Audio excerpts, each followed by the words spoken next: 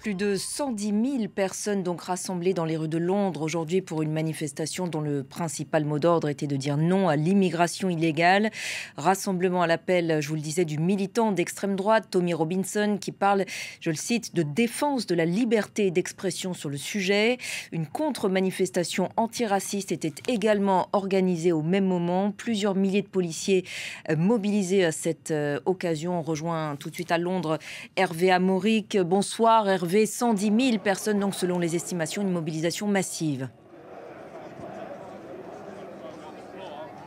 On n'avait jamais vu, le Royaume-Uni n'avait jamais vu un rassemblement d'une telle ampleur à l'appel d'un militant d'extrême droite comme Tommy Robinson, ancien patron de la Ligue de défense de l'Angleterre, un groupe d'extrême droite qui désormais est interdit, qui est considéré comme terroriste. Cela ne veut pas dire que tout à coup le Royaume-Uni dans sa majorité soutient un groupe comme celui-ci, mais cela veut certainement dire qu'à travers les foyers de ce pays, il y a une certaine sympathie pour les idées qui ont été lancées ici. Alors, on parle d'unir le royaume, c'est une manifestation pour unir le royaume et pour défendre les valeurs britanniques, pour défendre la liberté d'expression que certains qui sont ici autour de moi imaginent bafouée dans ce pays démocratique.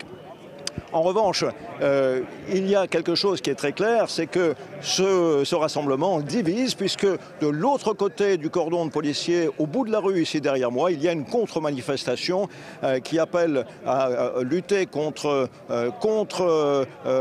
l'intolérance, lutter contre le racisme, qui est emmenée avec un porte-parole qui n'est autre que la première députée première députée noire élue au Royaume-Uni, Diana Abbott, qui a harangué la foule tout à l'heure. Mais de ce côté, ici, c'est bien entendu la foule de Tommy Robinson, c'est la droite dure. Merci beaucoup Hervé pour toutes ces précisions depuis Londres.